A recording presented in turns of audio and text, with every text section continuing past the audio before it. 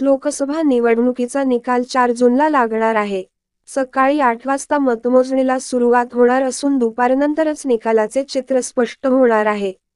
मतमोजणीसाठी कोल्हापूर व हातकणंगले मतदारसंघासाठी जवळपास 504 कर्मचाऱ्यांची नियुक्ती केली जाणार आहे. विधानसभानिहाय 14 टेबलवर मतमोजणी होणार आहे. यामध्ये राधानगरी विधानसभा मतदारसंघात सर्वाधिक 30 फेऱ्या होणार आहेत. लोकसभा निवडणुकीसाठी 7 मे रोजी मतदान झाले. आता प्रतीक्षा आहे ती निकालाची. यासाठी निवडणूक आयोगाकडून तयारी सुरू करण्यात आली आहे.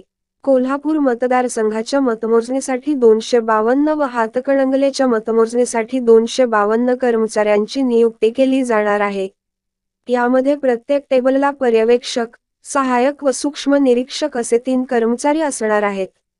मतमोजणीसाठी 14 टेबलवर विधानसभानिहाय फेऱ्यांचे नियोजन करण्यात आले आहे. सकाळी 8 वाजता मतमोजणीला सुरुवात होणार आहे. यावेळी दोन्ही मतदारसंघात उमेदवारांची संख्या भरपूर असल्याने मतमोजणीला गतनिवडणुकीपेक्षा यंदा अधिक वेळ लागण्याची चिन्हे आहेत. दुपारपर्यंत कल समजून सायंकाळपर्यंत चित्र स्पष्ट होण्याची शक्यता आहे. यावर तुम्हाला काय वाटते कमेंट बॉक्समध्ये लिहा.